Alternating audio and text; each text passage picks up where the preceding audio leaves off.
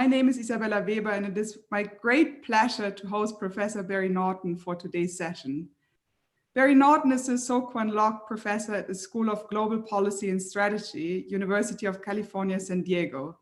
He's probably the most widely known for his popular textbook, The Chinese Economy, Adaptation and Growth, which is essential reading for any student of China's political economy, including in China, as I found. When I was an undergraduate student at Peking University, our course relied on Barry Naughton's textbook as the main reading for a course on China's economy. His first book, Growing Out of the Plan, won the O'Hara Prize in 1996 and continues to be a crucial source on the early stages of China's reform. Personally, I've enormously benefited from this book and other writings of the late 1980s and early 1990s for my book on China's market reform debate. More recently, Professor Naughton has published an article in the Journal of Economic Literature titled, Is China Socialist? Professor Naughton's latest book is The Rise of China's Industrial Policy. Today, Professor Naughton will present his latest thoughts on the central question of China's political economy today. Is China creating a new type of economic system? After the presentation, there will be a chance for you all to join the discussion during a Q&A. But for now, thank you so much, Professor Naughton, for joining us. The floor is yours. Thank you. I'm going to share my screen, and I'll be using the PowerPoint pretty much throughout. Let me start out by saying I hope I won't dispel any suspense here when I say I think the answer to this question is yes, that a cumulative set of changes very recently, really over the last 10 years or so, really means that China has moved into essentially uncharted territory. Now, because it's uncharted territory, I really want to stress this is very much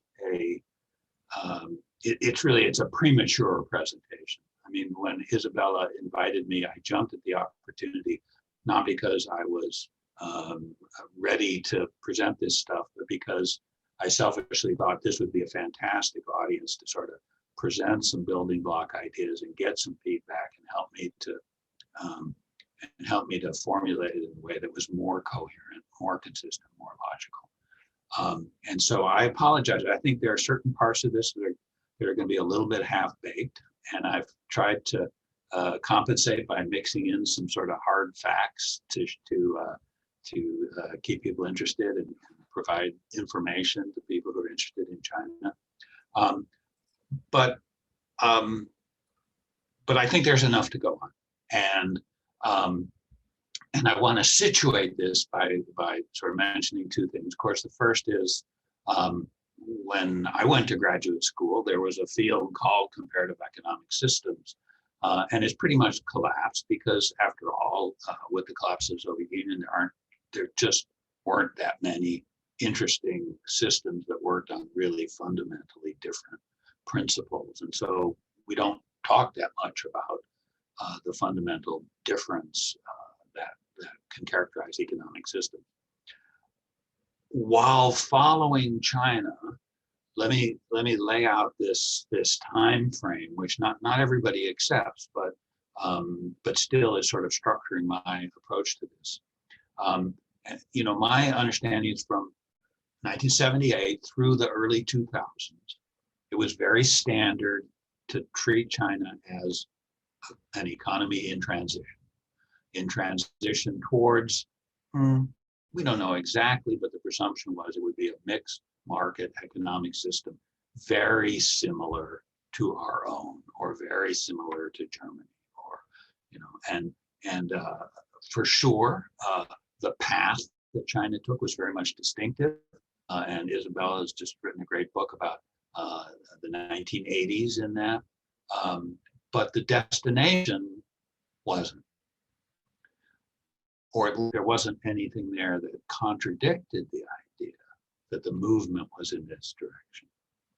And then when we get to about 2005, kind of an arbitrary year, but certainly the movement in a convergent direction pretty much ceases.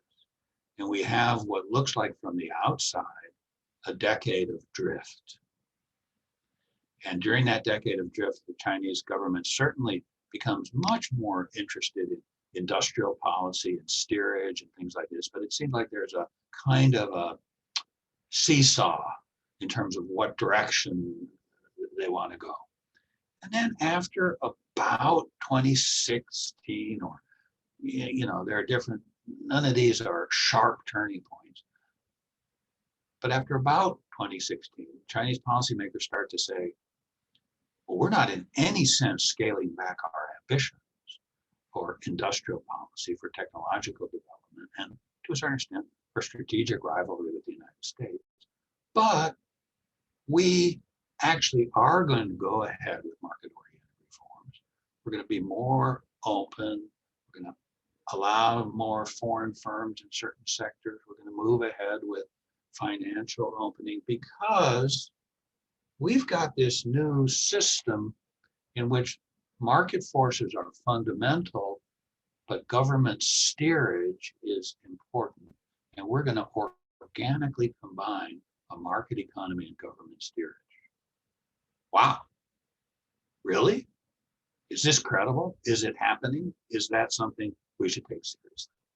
So it's those two things that are the motivation for it. And I'm going to try and go through what I see as being some main points to this, very much in a descriptive mode.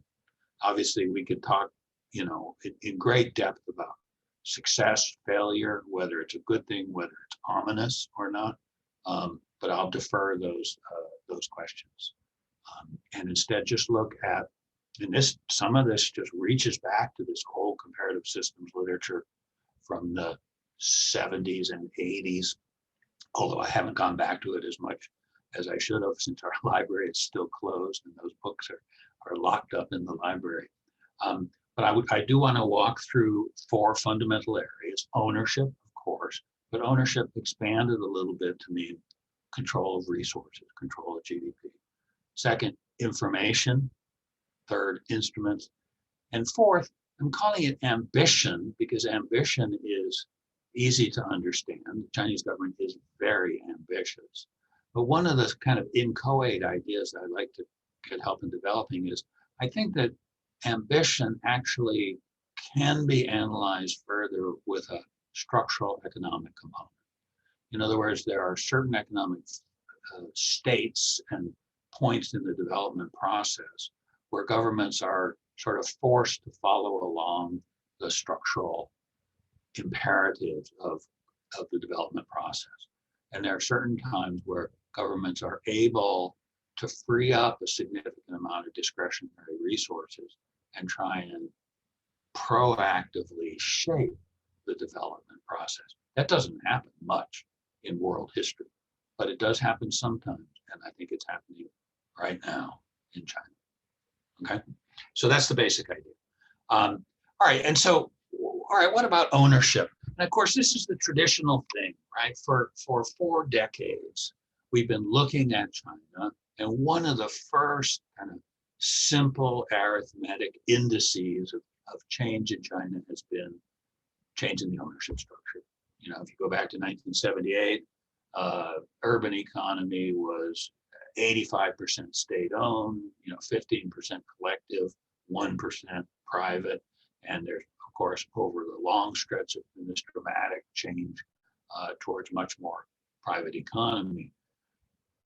This indicator, one of my first points would be this indicator for the last 20 years or so really doesn't tell us very much. We want to look at it. I'm using this recent article by Andrew Batson. He's a good, careful economist at Cavacao. And these are all his calculations. I pretty much agree with them, but I don't, it's nice to me to be able to use his work and not have to sort of defend it as my own. And basically the conclusion that he comes to, which I think is right, is China has a big public sector, but it's not huge. It's not out of line. And it's been surprisingly stable for at least the last 20 years. Maybe there are some quibbles with some of that, but anyway, as a, you know, as a sort of stipulated picture, it's perfectly fine. In other words, if we think of a spectrum from the smallest state share of the ownership structure of the economy, looking at businesses and looking at organizations here, businesses and government and nonprofits, to the most, China's high for sure, maybe one of the highest, but it's still in a spectrum. It's not outside the spectrum. Some of the biggest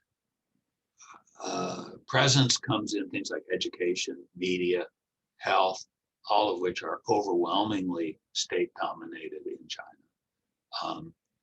But if we're using this traditional indicator, we're going to come to the wrong answer.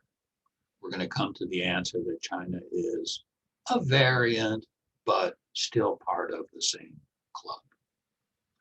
But still, this provides some information for us. It's going to be useful later as we build our picture.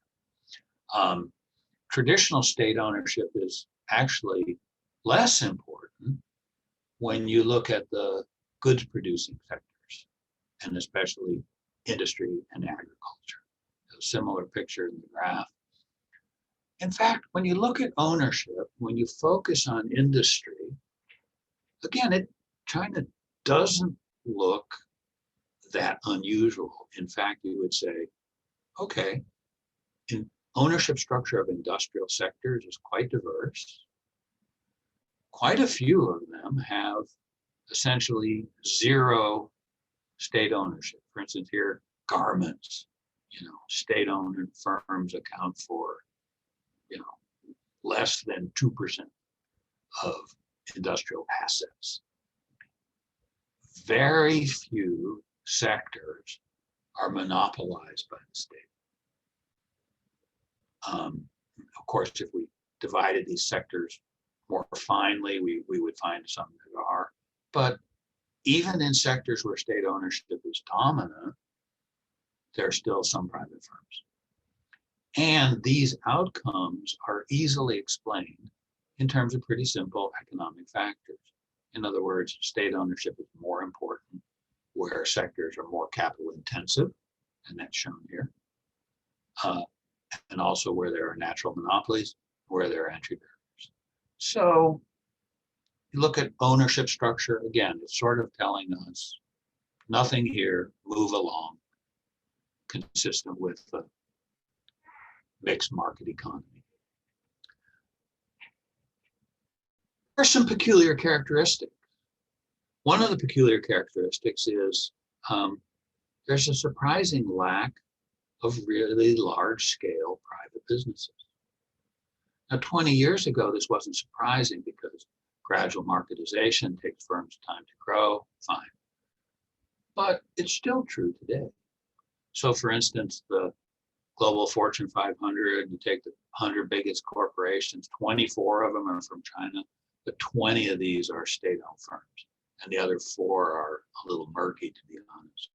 And if you follow the news from China, you know that arguably China's biggest, most successful private firm, Alibaba, has been running into all kinds of difficulty and will almost certainly be downsized to a significant degree. So there is this peculiar feature.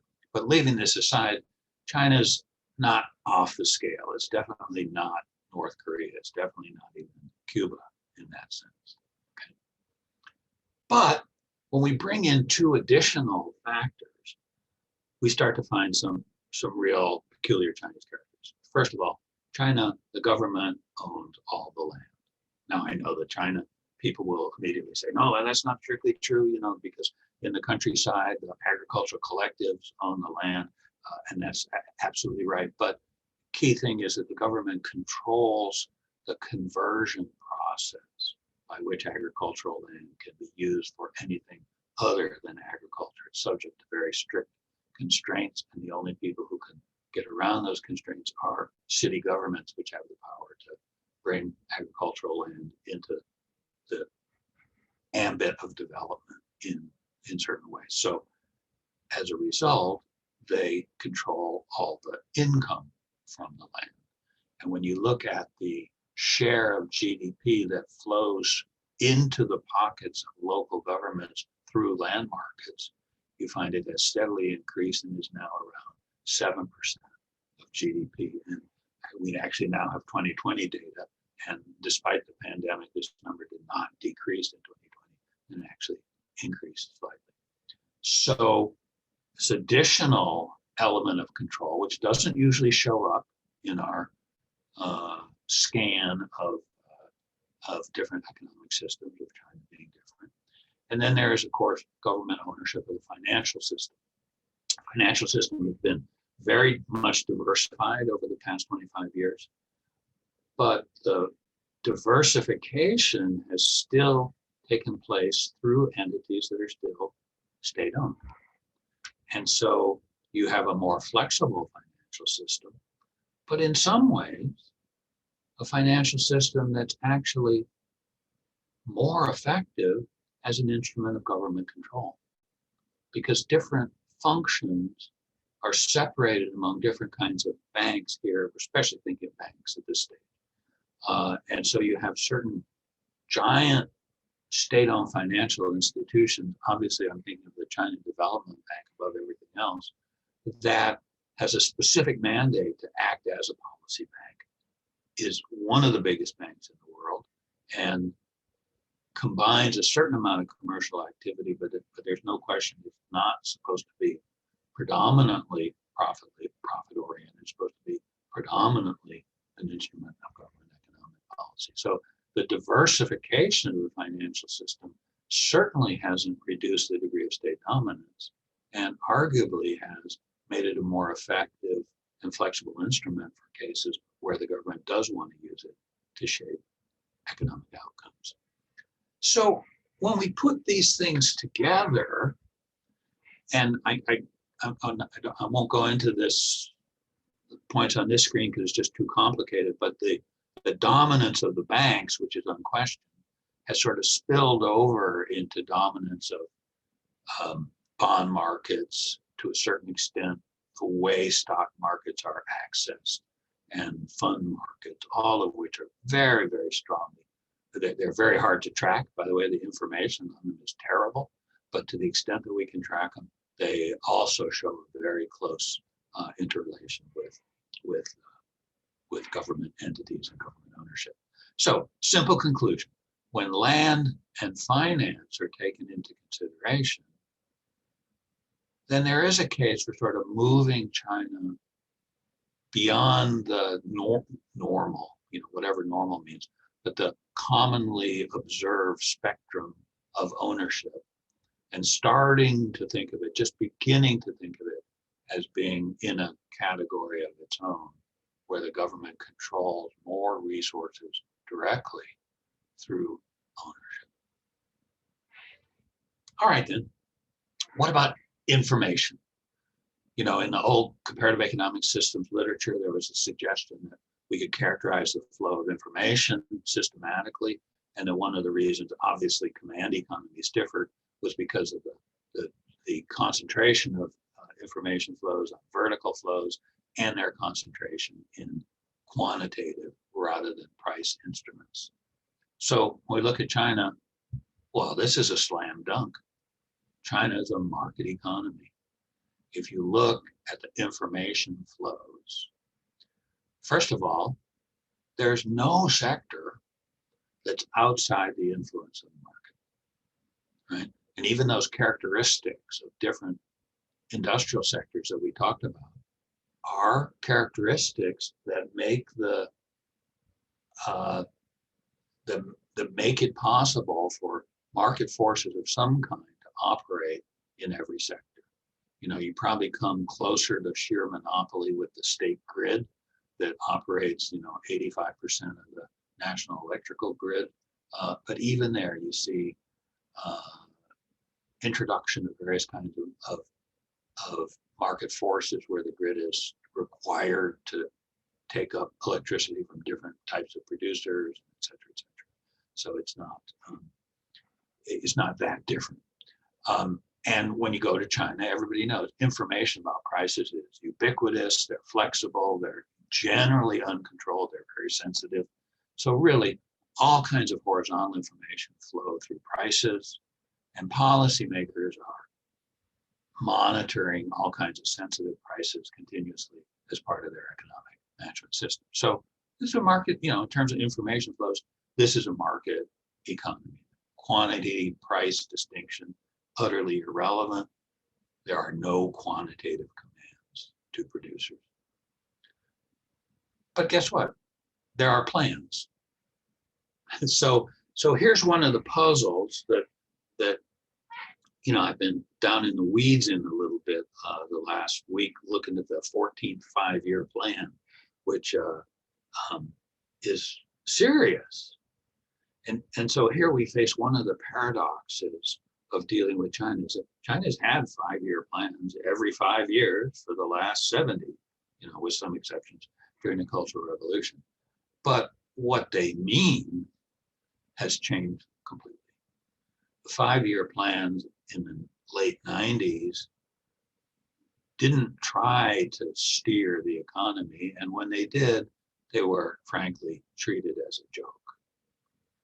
That's changed very significantly in the last 20 years. And whatever you think of the 14th five-year plan, it's certainly not a joke. It's a concerted effort to impose direction on the economy. It's designed to be the capstone of a whole panoply of plans that are articulated through the economy, through sectors, right, through ministries and their agents, through specialized topics like artificial intelligence, through infrastructure, we'll come back to that, and through local governments. So this is a major and important part of what the government thinks it's doing. And they're not just indicative plans, right? They're not the government simply communicating its information about where they think the economy is going to go. It's something far more authoritative. They are communicating to thousands, probably hundreds of thousands of different economic actors that these are the principles in accord with which they're supposed to work. And so they're telling local governments, this is a priority, this isn't. You should be moving in this direction. And yet there are very few quantitative targets. Or almost, to be honest, they're almost none. The ones that they continue to publish are generally disaggregation of national objectives to local governments. So it looks like more markets and more planning. Is that a contradiction? I don't know. We'll see. Right? But that's part of what we're trying to develop here. A third source of information: digital feedback. I've got to admit, I don't claim to fully understand this in any sense of the word. Things are changing incredibly quickly. But it's very clear that the Chinese government is in the process of amassing huge and diverse data sets. And these diverse data sets are being managed through increasingly sophisticated artificial intelligence algorithms. It's just beginning. We don't know where it's going to go, but we know one thing for sure. The Chinese government is more enthusiastic about this process than anybody except maybe the engineers at Google, right? I mean, this is, when you read the plans I was talking about in the last screen, you don't read more than a page before you hit artificial intelligence as a priority of our development, as a priority of our economic development as a sector, as a priority of our economic development as an economic management tool, and as a priority of our plans for social management. Right? So there's no question that they think of this as a key emerging source of information that enables them to steer the economy in completely new ways. And remember, China is using this to introduce, how should we call it, qualitatively more intense and comprehensive versions of things that we see in our economy as well. So for instance, China has this new, relatively new social credit program. Of course, we have credit scores compiled by credit bureaus, of which there are 4 or 5 competing ones. They're annoying and everything, but we live with them. China is developing a comprehensive set of credit scores for both individuals and corporations. So corporations need to think about, what they do, whether they run afoul, whether they get extra points for a variety of different activities through the corporate social credit. I'm not saying all this is in place today. It isn't, but there are pieces of it, and they're learning how to work with it. Similarly, facial recognition systems. China has more cameras than any place else. Maybe London that might have as many as a big Chinese city, but other than that, cameras everywhere, very effective AI algorithms for processing the information so individuals can be tracked. And of course, transactions data. All of the transactions data through the financial network are processable through AI. And the Chinese government, intentionally seeks to develop this as a tool for behavior modification and to a certain extent for prediction of individual behavior. So this is new, and this is different. And just as a footnote, you often hear Chinese policy intellectuals, let's call them, talking about the qualitative change that comes from AI. And they sometimes spin this into a belief that AI is undermining the bases of Western democracy, but making their model of social management more feasible. That's obviously a kind of super macro view of things, but it's one that's quite popular in China today. And then fourth, the way that a traditional political institution of Communist Party systems has been adapted in the last decade or two. Everybody knows, the politics of a Communist Party system. Of course, the party has social united front groups, women's union, labor unions, groups, et cetera, et cetera. The difference in China recently has been the extent to which these are formalized and used as consultative processes has increased significantly. Initially, as a sort of policy-making device, getting additional information for policy-making. And, you can look at this in different ways. You can be completely cynical about it. You can think it's just a measure of control. But nonetheless, the fact remains that the party invests a lot in these and uses them to elicit kind of formalistic comment and agreement with policies. So I think we don't fully understand exactly what they get from that, but there's clearly a process where there is investment of many thousands of hours of time and involvement of important people who would seem to be independent, but through this process are involved in the policy making and implementation process. And Daniel Koss's book has some really interesting facts about how this affects the policy implementation. So information, market-based, absolutely, but market information flows reinforced by these additional channels through which information flows vertically upward. So, all right, in that case then, does the government want to, use government institutions to steer the economy? And if so, what are they and what do they do?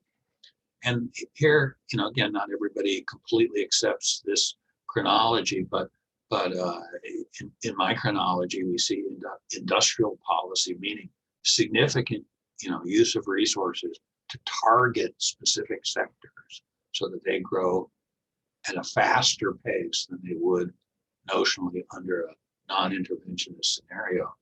Sort of begins in 2006 and then really takes off after the global financial crisis. It's a big topic. It's hard to describe it all, but let me oversimplify and say most of the tools our Chinese policymakers use are financial. They're very diverse, and they are increasingly directed toward steering China towards a kind of, to simplify again, let's just call it high-tech future. And they make sense only in the context of this absolutely fundamental feature of the Chinese economy, which is it has an amazingly high investment rate, right? So since the global financial crisis, China has invested on average, year after year, 43, 44% of GDP in new fixed assets. If it did this for 1 year, that would be the most that any economy has ever invested. Okay, 1 year. Now we're in year 12, where China is investing more than twice what other economies invest. Here are just some averages, but even the Japans and the Koreas, which during their miracle growth eras were the highest investing economies for a while. Even Singapore, which for a couple of years combined high domestic investment with high incoming foreign investment. None of these economies can compare with the sheer volume of resources proportionally. This is proportionally to China's gigantic economy that are flowing through the hands of investors. At this point, we're just saying investors. They could all be private, but of course, just to preview a later point, obviously, policymakers have more direct influence on investment and other things because they shape so much of the investment environment. And of course, since they control the financial system, they can shape it in that sense. So strategic emerging industries, core technologies, these are commonplaces of China's industrial policy. I'm not going to talk about them now. I'm not going to talk about this slide either because I want to make sure I keep going to get through all of this. But just to stress one point, this is certainly not entirely, and may not be at all, catch-up industrial policy. It is to a very significant degree industrial policy that's, somebody called it a state as a venture capitalist. And it's the state seeking to get in on the ground floor of a variety of industries of the future. It's just astonishingly bold, and it comes together in something called innovation-driven development strategy. I want to give you a flavor of this for those of you who are not familiar with it. Because this encapsulates one part of what I'm calling later ambition. So please, you can read these other quotes at your leisure, but let me just pick out a couple sentences from this first quote. A new round of global technological revolution is accelerating, and a group of revolutionary new technologies, intelligent, green, and ubiquitous, are reshaping the global competitive landscape and changing the relative strength of nations. So just note a couple things. This is official this is policy document from the top level. It's a joint document of the State Council and the Communist Party Center. So it's the most authoritative type of policy document you can see in China. It officially and 100% endorses the idea that there's an ongoing technological revolution. It officially and unreservedly endorses the idea that China has to be fully committed to this. And it immediately goes from this to strategic rivalry, which is interesting, right? It doesn't immediately go to productivity increase. It doesn't immediately go to enhanced choice. It doesn't immediately go to privacy worries. It immediately goes to strategic rivalry. That means implicitly with the United States, which is certainly interesting. It's a broad program with lots of components. It's big. It's hard to say how big it is because there are so many different channels. But here's one channel. It's called an Industrial Guidance Fund. And this is the cumulative authorized industrial guidance funds between 2016 and 2019. They grew really fast, and the total amount is $1.5 trillion US in these funds. We can talk more about details of it, but the basic idea, and you can see it had a surge in that high period I mentioned. It has been slower even before COVID. It had slowed dramatically in 2019, indicating that these funds are raising money faster, had been raising money faster than they were able to spend it. So like everything I'm talking about, there are questions and issues about these things, but the point for now is just that they're big. Again, you can look at this later if you want. They're big and they're structured in a way to be market conforming. That is to say, they are organized like a venture capital fund. They have a managing agency or a managing partner, equivalent to a managing partner, who makes the key investment decisions, is supposed to be drawn from a class of professional managers, and is supposed to be compensated according to the success of his or her investments.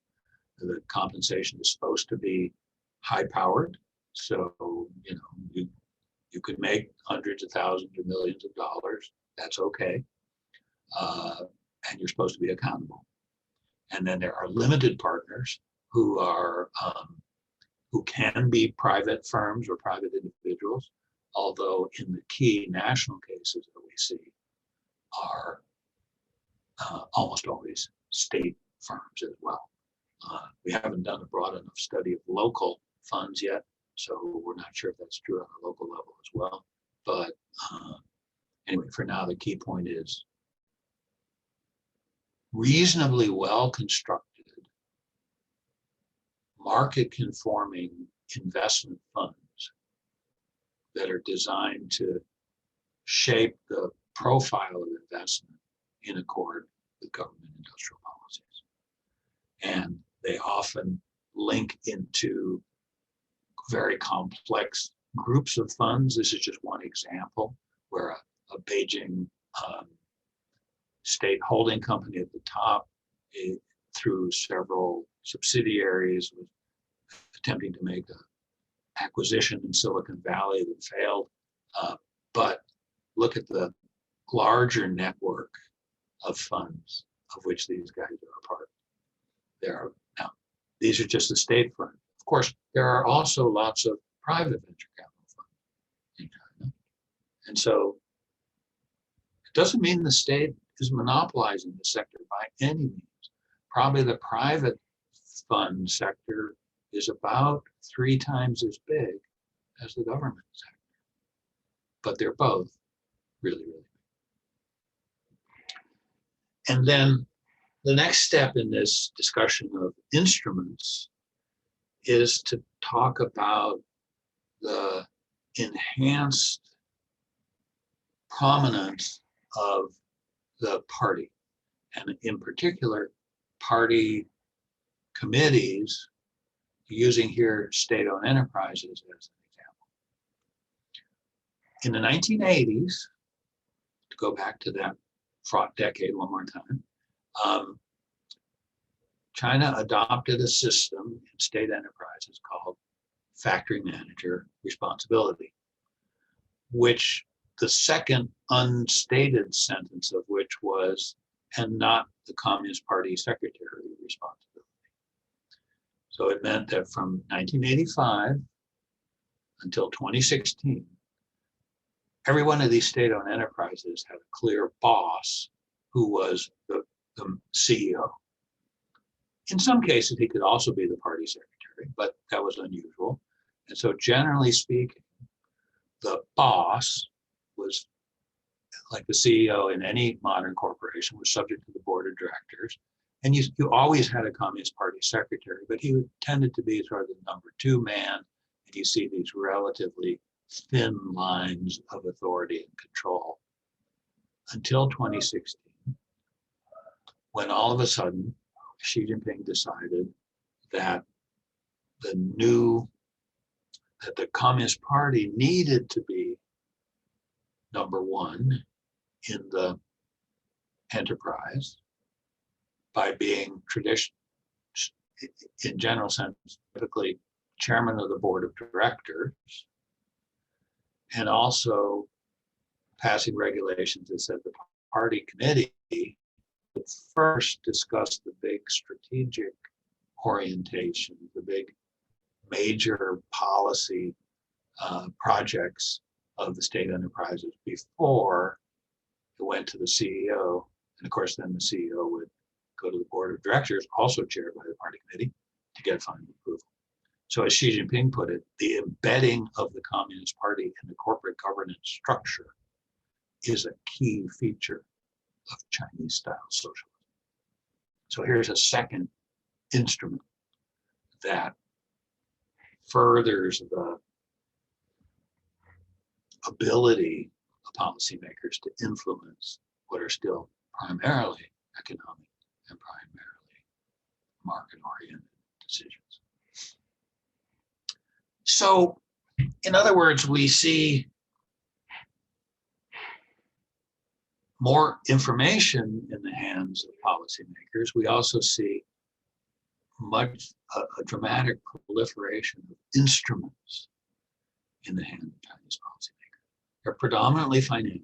I mean, looking at it as an economist, we'd say the kind of steerage we're talking about is primarily being exercised by, supply of credit, subsidized credit, new forms of investment funds. But the influence of those financial instruments is strongly reinforced by the other tools that the party has to exercise. Tools that can modify behavior, can be used to eliminate obstacles to short-term goals that the party wants to achieve. Right? If you are interested in convincing an individual that he should drop his opposition to some particular policy that you want to achieve, well, now you have lots of tools that can be used to urge this person out of the way, short of out-and-out coercion, even though obviously coercion still exists. You've got tools for guidance. So consider that these,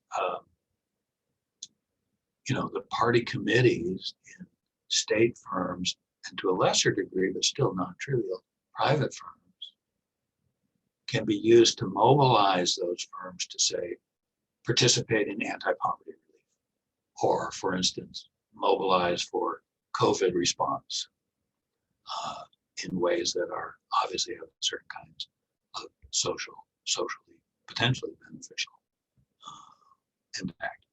And of course, party discipline is still a real thing. You're a party member, you're supposed to speak your opinions internally within the party and then accept party discipline and do what you're told. So, all right, it seems to me we're looking at a situation where we've got predominantly market economy, but with lots of new forms of information and instruments that are being used quite effectively. Well, I shouldn't use the word effectively. It's far too judgmental.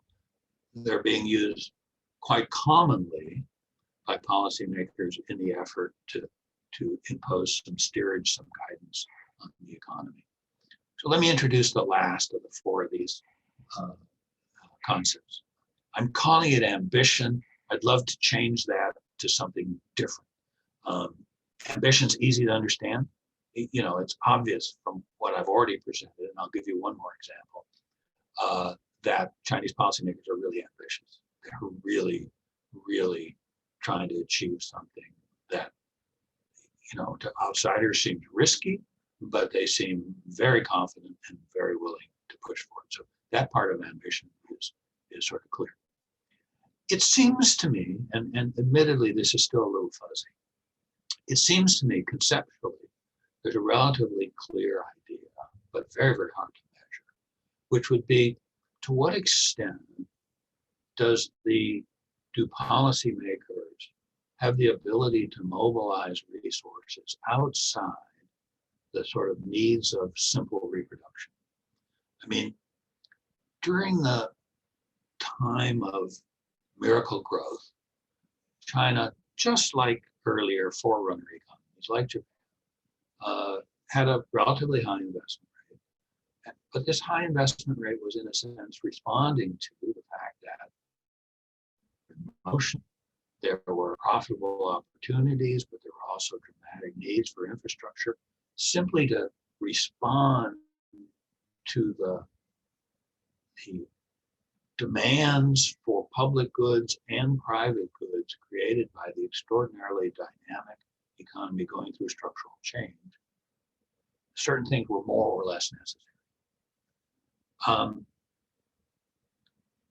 But in other miracle growth economies, after the economy started to slow, in part because most investment was carried out by private entities, the investment rate started to come down. People saw fewer profitable opportunities as the structure of the economy shifted. The state didn't have to invest as much after the infrastructure networks were created.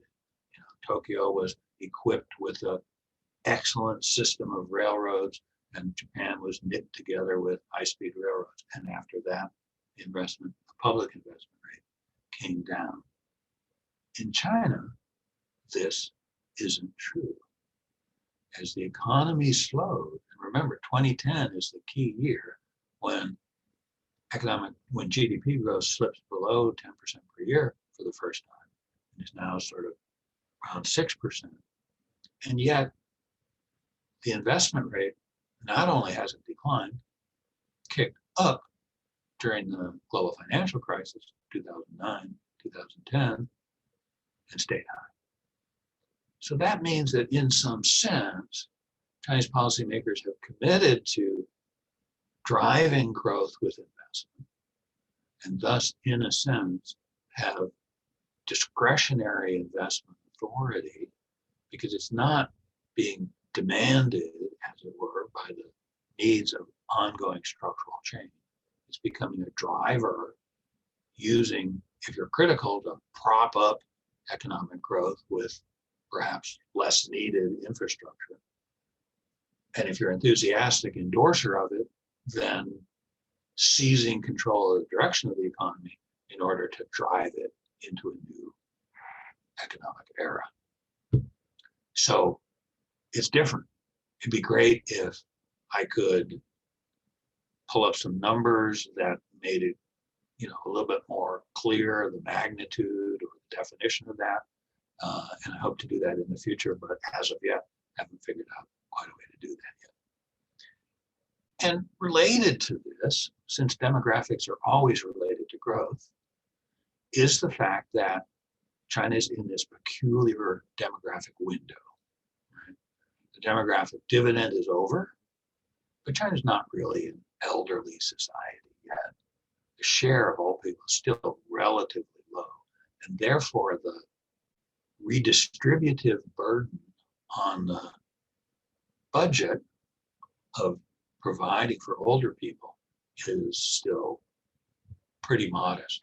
It's actually, I mean, people who know China will know, wait a minute, that's not true. It's actually a significant fiscal burden already. Yes, that's true, but that's because of self-imposed limitations like an extremely young retirement age and an extraordinarily generous urban pension program that doesn't cover, 3/4 of the people in the countryside. So there are all these issues involved, but just in terms of the pure numbers of demographics, the relatively big budget that we were describing earlier in this talk is not, as it is in say, Western Europe, is not a function of a generous social security program. That's a sort of separate issue. And therefore, once again, discretionary resources are available, and the extent to which government policymakers choose to channel those resources into specific policies with structural and sectoral implications is very, very great. And I want to give you one example, and then I'll wrap up. So everybody knows, I think, that over the last 15 years, China built out the world's biggest high-speed rail network. So that's kind of in between, right? That was, you could argue that was a logical extension of building the infrastructure for a modern economy. And now it's done.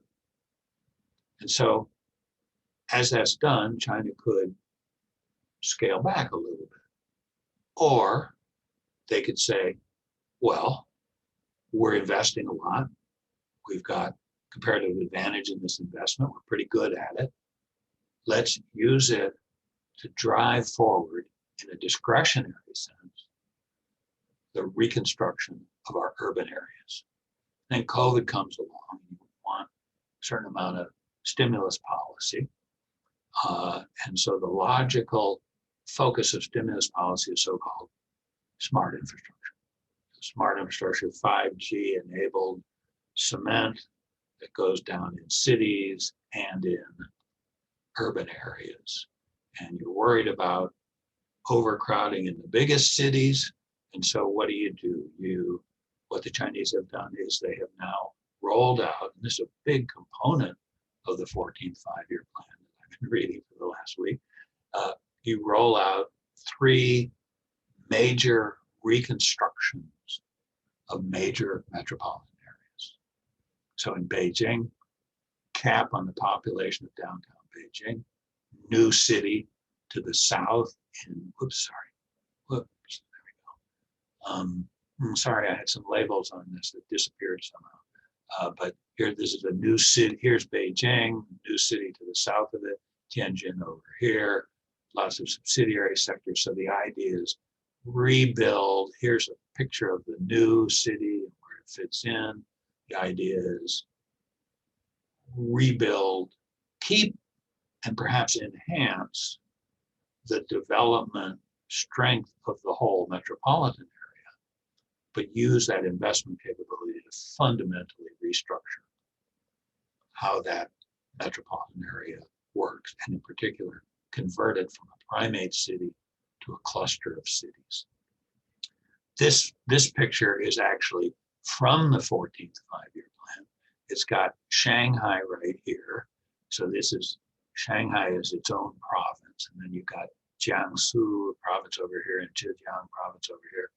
The red lines are all new rail, predominantly high-speed rail, to be built in this five-year period from 2016 to 2020. So in other words, as you can see, this is in a sense already a cluster of cities, a giant metropolitan area. You can see that the transit density of this metropolitan area is going to double in 5 years, with the objective of making, for instance, Hangzhou, which is, sorry, I'm trying to get there's my cursor on it. Hangzhou, which is down here, which happens to be the home of Alibaba and happens to be arguably one of the world's first smart cities. The idea is to network these 8 or 10 cities into a high productivity, high efficient, super connected cluster of cities. We can talk about whether it's going to work or not, but it exemplifies what I'm calling ambition. In other words, the transition in investment strategy from something necessary to accommodate structural change to something that's going way beyond existing concepts of structural change and is serving as a driver of an economy that planners hope to push to a new level. So, conclusion. It is a market economy. It's a market economy, both in terms of the diversified ownership structure, ubiquitous markets, relatively unimpeded flow of information, and that provides the basis for a generally efficient economy. In other words, we can argue about the specific effectiveness of specific institutions. Many of them will not, I'm sure, will not perform as well as Chinese policymakers hope. But this is nothing like the Soviet Union. This is not, wasteful, ridiculous tabooing of different kinds of market behavior. Not at all. It's a complete market economy.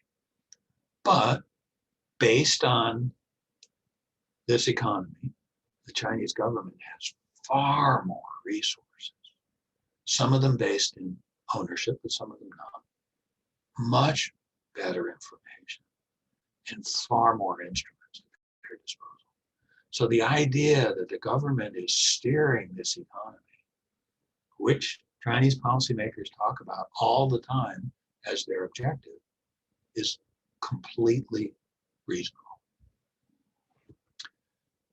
Third, they have the ambition. They've got the investment rate. They have this intention to create a steered market economy. They have a program to leapfrog to the global frontier. And they have a very current platform, as it were, of massive investment in smart infrastructure. Investment that's going to come, to a certain extent, pull back from the previous tilt towards inland and Western China, and now focus on the main urban areas that are, of course, the most productive and dynamic parts of the Chinese economy. So even though lots of parts of it are going to be inefficient, will fail, it's not an unrealistic or unreasonable set of aspirations. So we better get ready for it. So these features, it seems to me, are enough to mark this as a new type of economic system. I don't have a good name for it. I provisionally kind of using the term government steered market economy, but I'd love to have a better name. But it seems to me we are seeing something emerging in China that is absolutely unprecedented, and the success or failure of this new system is going to be probably the main determinant of global futures in the next decade or two. So I'll stop there and take questions. Thank you so much for this incredibly impressive overview of this complex subject, which is really, I think, enormously helpful in trying to understand how the Chinese system works as a whole. For everybody who would like to pose a question, please write stack in the chat and add a keyword, just because I anticipate that we will probably have many questions for the half an hour time that we have, so that I can try to balance across themes.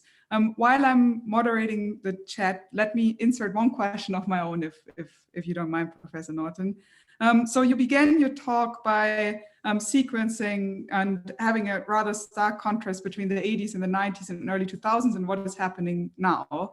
And you said that we have for a long time recognized that China is on a distinctive path, but we have been thinking that the direction is pretty much to some not so distinctive economic model, right?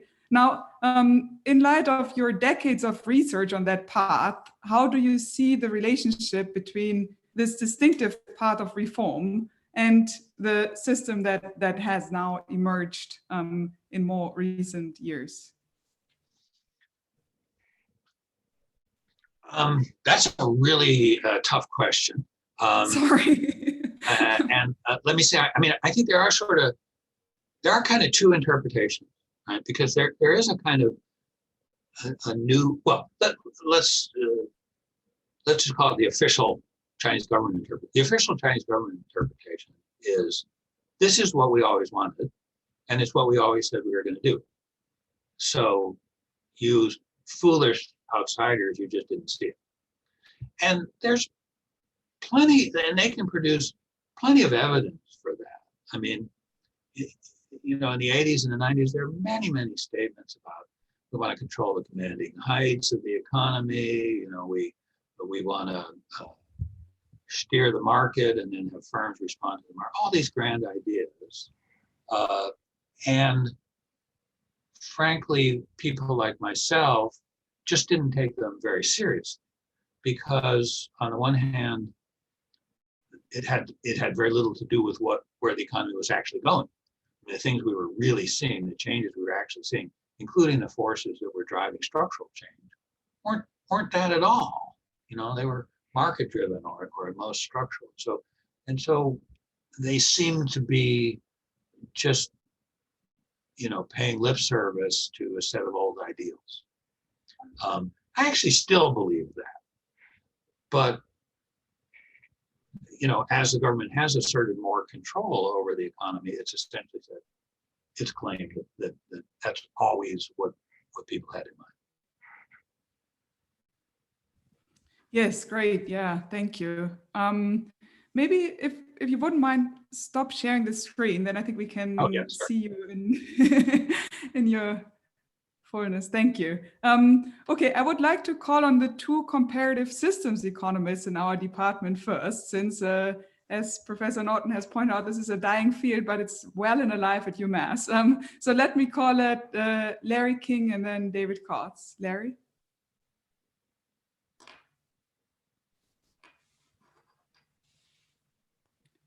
We can't hear you. Thank you. Now we can hear you. Yes. Thank you for that presentation. That was terrific. I've been a big fan of your work for many years. I'm not totally convinced, however, that this isn't just a bureaucratic, authoritarian industrializing regime kind of in the high-tech era. I don't really see that much of a difference. Can you kind of make that case that it's different than, say, from Korea and Taiwan fundamentally? So okay, taking Korea, let's take Korea. I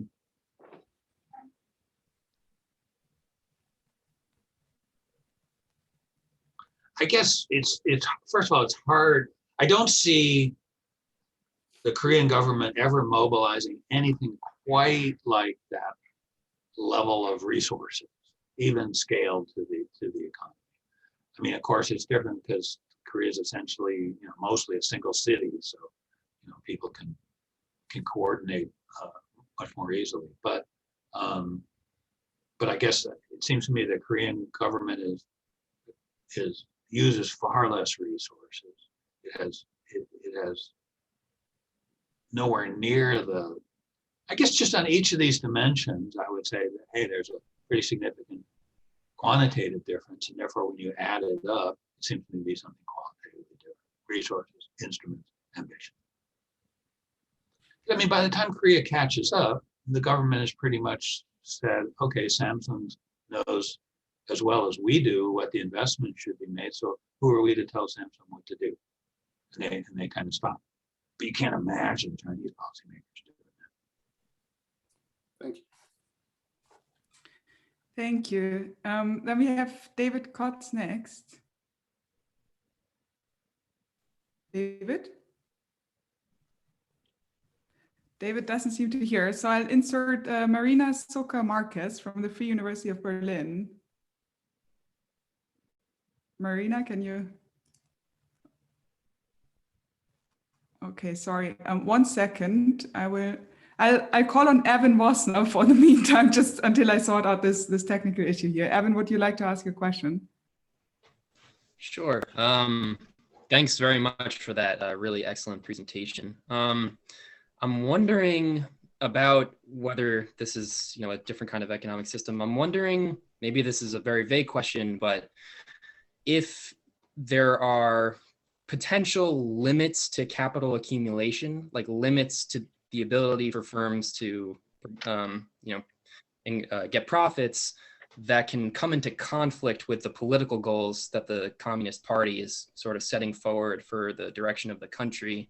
And if you think that, if the interests of capital accumulation might actually be in conflict with those interests, the political interests, and if there's a chance that they can overtake those interests in certain respects. Like, for example, if, in the United States, if there's an economic policy, the oil industry is going to lobby against this. I mean, is there a large extent of this in your perspective? That's a great question. And I think, I think we'd have to say that, if we step back and we say, what's the biggest risk here? What's the biggest, I presented a pretty rosy view of this complex of things. And yeah, I think the biggest risk and the most coherent negative take would be to say, this is just a system that's locked itself into a capital creating mode for sort of no reason other than that the policymakers have decreed that this is what we should be doing. And that therefore we would predict the trajectory is to overinvest. And then you get to a certain point, where the government can sustain demand up to a certain point, but then at a certain point, maybe it starts with a housing turn down and you have a short run macro shock that knocks the economy back for a little bit, but because you have this massive overcapacity in so many areas, it causes a collapse of investment, because not all investment comes from the state. That could cause a really serious economic crisis. I think that is definitely, a significant risk. And exactly how it would fit into an understanding of the sort of policy drivers. Do we think that Xi Jinping is directly influenced by sort of interest groups that want to see the maintenance of this growth path? I'm not sure. We don't have much visibility into the decision-making process at the very top anymore. We used to sort of think we understood it, but now with Xi Jinping kind of apparently making all the decisions, it's really hard to figure out what the factors. So that's a great question. Okay, thank you. It seems that David now is now able to speak. Is that right, David? Can you hear us? Can you hear me? Yes, we can hear you. Okay, sorry about that. I am in a rustic lodge in the Adirondack Mountains at the moment, and I have to keep my audio off in hopes there will be enough bandwidth to carry. I have to keep my video off in hopes there will be enough bandwidth for the audio. So can you hear me okay? Yes. Okay. Thank you very much for your presentation. As Larry King mentioned, comparative systems did not die in the UMass Amherst Economics Department. We've continued to give it with good student enrollment and interest. And we have assigned your works in the Graduate Comparative Systems course. I'd like to suggest an answer to your question about what this system is. I think the Marxist understanding of economic systems is helpful in answering this question.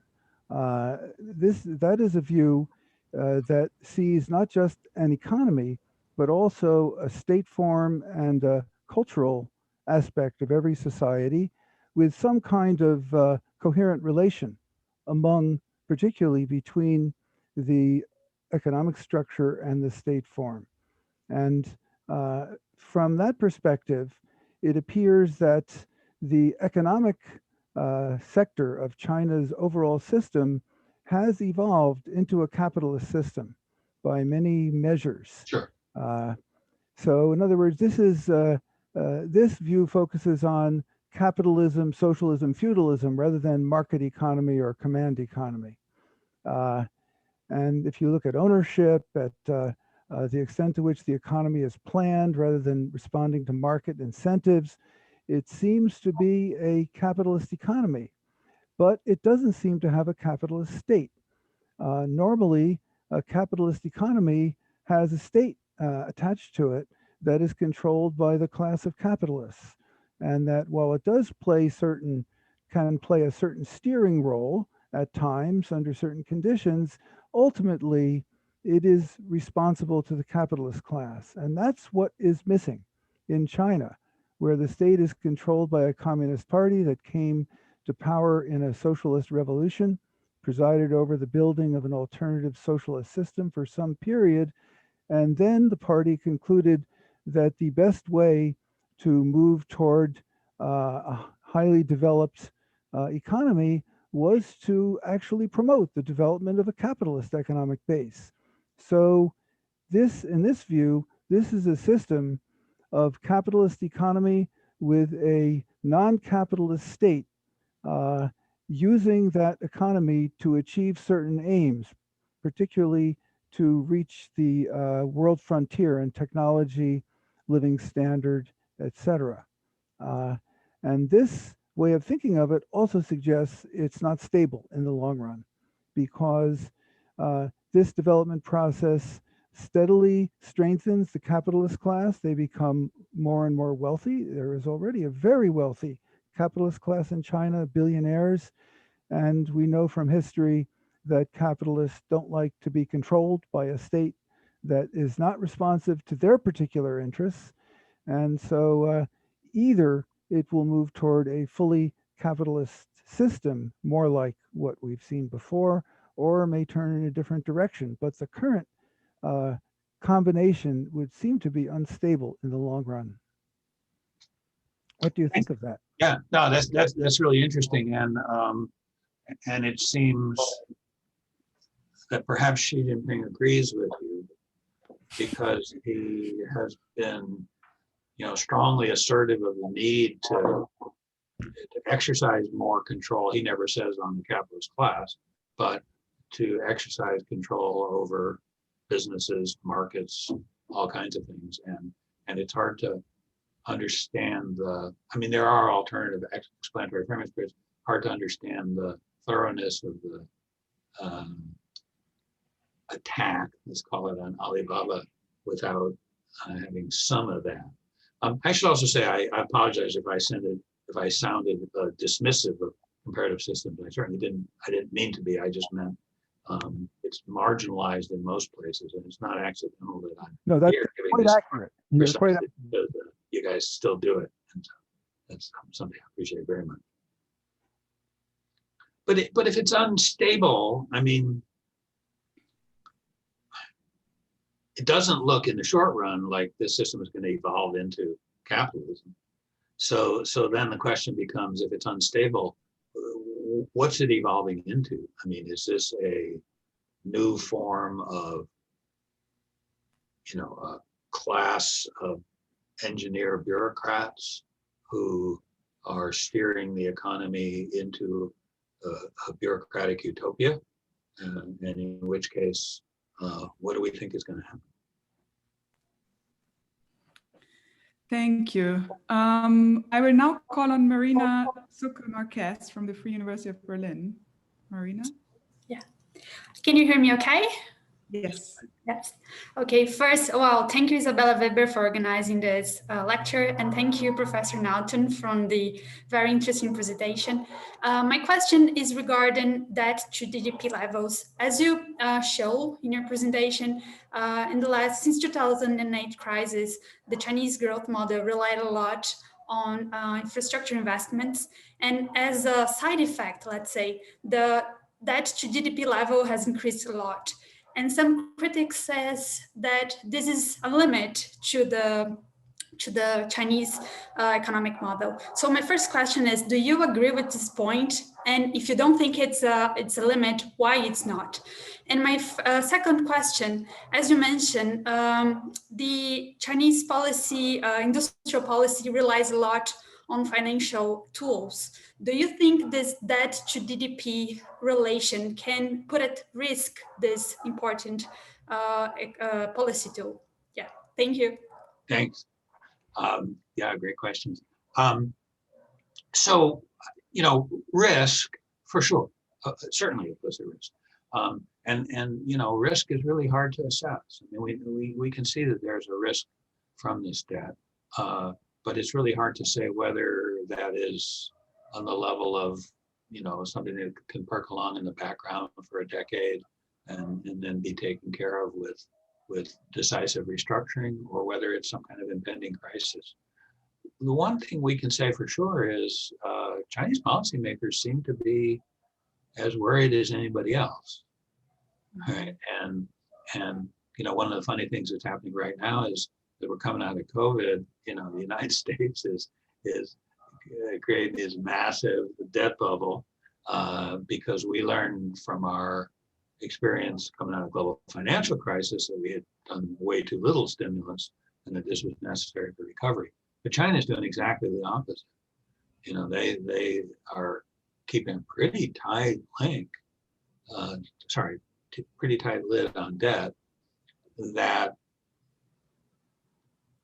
should control some of the short-run risks, but is making credit very expensive for private firms. So it's very controversial. Right? A lot of people in China are against this. They think that the policy is too conservative and too concerned with debt. But it does, since all of the channels that send credit to the state priority projects are still mostly intact, that means whenever you tighten, the burden really falls on the small scale and private sector. And that's definitely happening right now. So I think absolutely it's a limiting factor, it's a risk factor, and it's a factor that shapes policymakers' behavior and preference in ways that has all kinds of different implications. So, and the only sort of coda to that is, wow, we're really bad at predicting financial crises. You know, if there's anything that economists can't do very well, it's predicting financial crisis. So it's very reasonable to say that China has some significant risk, but after all, people said that 15 years ago too, and so far they managed to sidestep. That doesn't mean they will continue to. Yeah. Thank you. Thank you. I would like to call on Patrick Hess from the European Central Bank and Goethe University next. Yes, yeah. Can you hear me? Yes. Just fine. Okay. Thank you, Isabella, for organizing, and Professor Naughton for this very fantastic presentation. I would have a small comment and also then a question. So my comment is on the data sets where you said that basically the government is all in and they control these massive amounts of data. As for transactional data, I would suggest that probably it's not completely true because China is not by coincidence leading in central bank digital currencies, which is with its DCAP, with its digital yuan, exactly for the reason that these transactional data in terms of financial transactions, payments, this is controlled to a large extent by Alibaba and Tencent. Sure. And that's why I think that the central bank wants to get in. Okay, and the question is, there was this famous third plenum that you also have written about in November 2013, where the little word decisive was added to the role of the market, and in which let's say, relation does it stand with your proposition that China's economic system is new and unique? So is the market, is it important in retrospect from end 2013 until now, or is it more the advance of the state since then, and it was just, let's say, an ambition which has not really, because they also had this huge at the third plenum reform package where they fell short of, and maybe as a last little idea, and this is also maybe an answer to David Kott's about the capitalist class. Maybe what is unique about, in my view, about China's economy and financial, including financial system, which I know best of its economy, I think it's probably not so much that it's state-owned, but that it is party-driven. And these capitalists, these billionaires, they are all party members, or to a very large extent. So the leverage of the party over the financial system and the economy at large, I think that could be, and in a way it has been already in your presentation between the lines, that could be really the distinctive feature in my view. Thank you. Thank you. I accept both those points. So yeah, I'll try to integrate that better into my thinking. Thank you. Okay. Thank you. We have 8 minutes left, and I have many people in the stack. So I'd say I call on 3 more people and collect questions. So I call on, and please try to articulate your questions in a pointed and short fashion. So I call on Elias Marco Khalil first.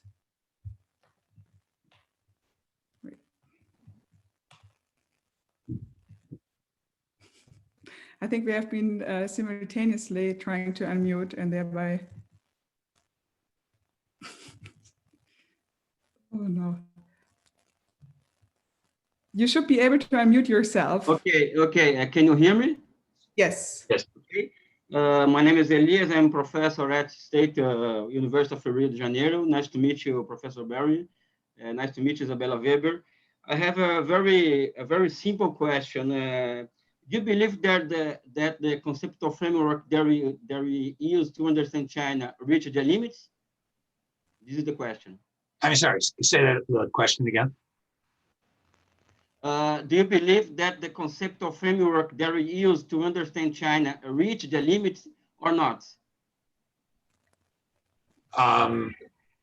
No, I don't think it's reached the limits, but I think that's because if I were to critique what I presented just now, I would say the biggest shortcoming was trying to show the way in which Chinese policymakers believe in a fusion of the instruments that they're using and the economy and the market.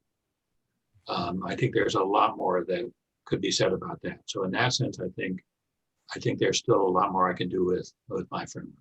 I also very much appreciate that the sort of bigger, possibly Marxist base, but not necessarily, but more explicitly political framework probably called for, if I'm going to be so, apocalyptic and, big think about where they're going.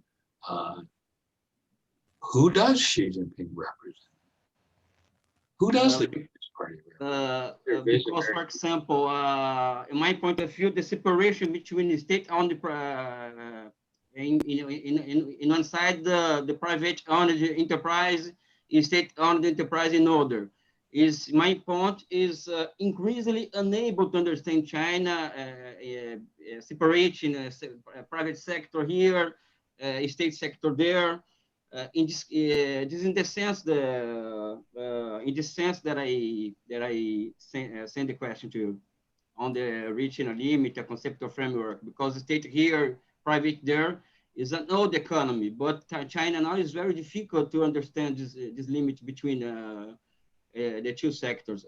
In my point, don't exist the limit, because the Communist Party of China hold the Chinese economy. This is my point. And with there, another mode of production, a new socio-economic formation is not capitalism, my point. This is a question.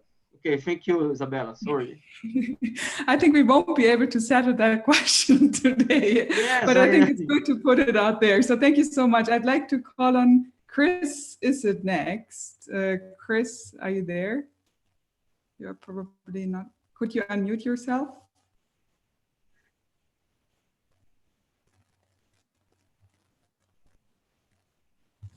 Chris? Unmute. Oh.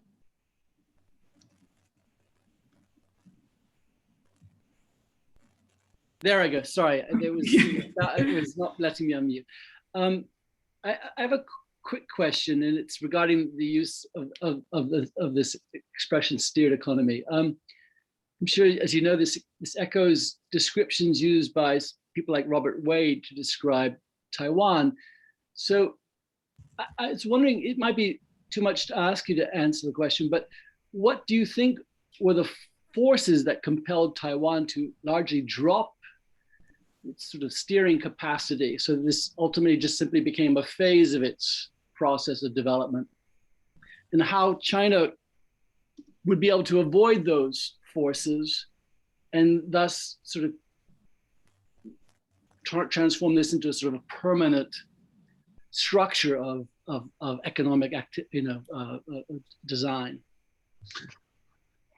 Yeah, well, I mean, so first I want to say that, I wrote a kind of speculative piece, chapter published in an edited volume. I called it Grand Steerage. So I think it's really a lot more than steerage in the way it means it, for Taiwan. And I think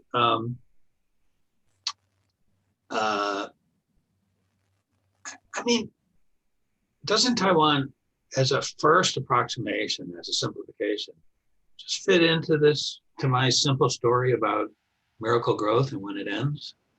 Where, there's a period where the economy is changing really fast and the government is sort of scrambling, not just to invest, but also to sort of say, hey, as Wade would have it, here's a hole in our input-output matrix. We're importing a lot of this. Why don't you go invest in that? But then, they reach a point in the 80s where they say, hey, we've mostly caught up and we don't really know how to steer you anymore. So we'll provide some seed funding for Taiwan Semiconductor, but, we've got some bets we can make, but we're a small fish in the big world. We better be careful how much we invest. And so it's all those kind of constraints, I think, that China's already broken, because they've already said, no, we know we're out of miracle growth, but we're still going to drive this. And we are not small fish in the big world. We are big fish.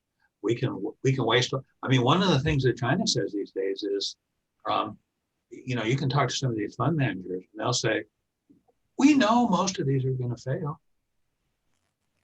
We're okay with them. We're venture capitalists. That's how venture capital works, young man. 9 of your investments fail, but 1 becomes Google. So in a sense, they are willing to, do 2 things. I start with one thing, but I end up with another. The other is they're willing to incur huge losses if the overall program succeeds. And the other is they're willing to use protectionist barriers to protect certain sectors for a decade or 2 if they need to. Thanks. Thank you very much. I would now like to call on Dick Lowe from the School of Oriental and African Studies.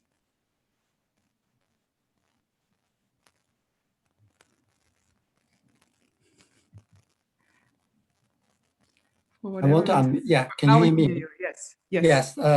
Now, Professor Naughton seem to have depicted very much state-centered or state-led model of the economy. Right? So my question is whether or not the Chinese state is a strong state or is rather a weak state, meaning that is it a unity or rather, or instead it's just an uneasy compromise of conflicting interests? If the latter is the case, then what guarantee the compromise that it will continue to be solved? So I see whether or not I can get any comments on this question. That's such a great question. Yeah, I don't know the answer to that question. I mean, because I think so much of it depends on how we understand Xi Jinping's power. You know, is he somebody who just saw an incredible opportunity to coordinate these different forces and emerge dominant as an individual? Or is his vision of, because he obviously has, well, I would say he has sort of no real economic vision, but an incredibly rich political vision of, you know, this kind of modernized authoritarianism that shrinks the state and makes it more and more subject to you know, unitary control, which I find extremely ominous. I imagine most people in this room find extremely ominous. But it's really hard for us to see how deeply rooted it is in the Chinese political structure. I don't know. I worry about the spectrum. So look forward to your next paper, and maybe you can help us understand that. Okay, thank you so much. We have now officially arrived at the end of this, but if Professor Naughton still has the patience, I would very quickly just read out the questions here in case you still wanted to share any last comments on those. So we have one question from Gregor Semeniuk on the relationship between the Chinese economic model and the possibility to mitigate climate change. So any thoughts on the climate policy front? Then there's a question on class relations among the working class by Herman Rosenfeld, is that right? And then there was one last question on the different role of CCP committees in private and public enterprises. So if you still had any final remarks on these three topics. Oh, sure, I can just answer those in just a second. No, quick comment on a little bit of each of them. I mean, the 14 five-year plan is quite disappointing in terms of environmental stuff. And maybe it's because they just haven't had time to work through the latest dictum from Xi Jinping that they're supposed to be carbon neutral by 2060. So we'll just have to wait and see, but at least in the short run. But obviously, conceivably, this model might be, if it works, it might turn out to be very positive environmentally. Still, it's just, China's still only 20% of the world, of course. What was the next one? You're muted. Oh, I think it was about the working class and who the Communist Party represented. The Communist Party, I think it's probably fair to say that today the Communist Party represents educated urban people. It really is, you know, the intelligentsia and class power. Workers, no. Well, there's still a lot of farmers in the party, but they're in sort of a different role. Whereas basically all government employees are party members, pretty much all college professors are party members, et cetera, et cetera. So, you know, to the extent that the party represents anybody except itself, it represents intelligentsia, the urban educated classes.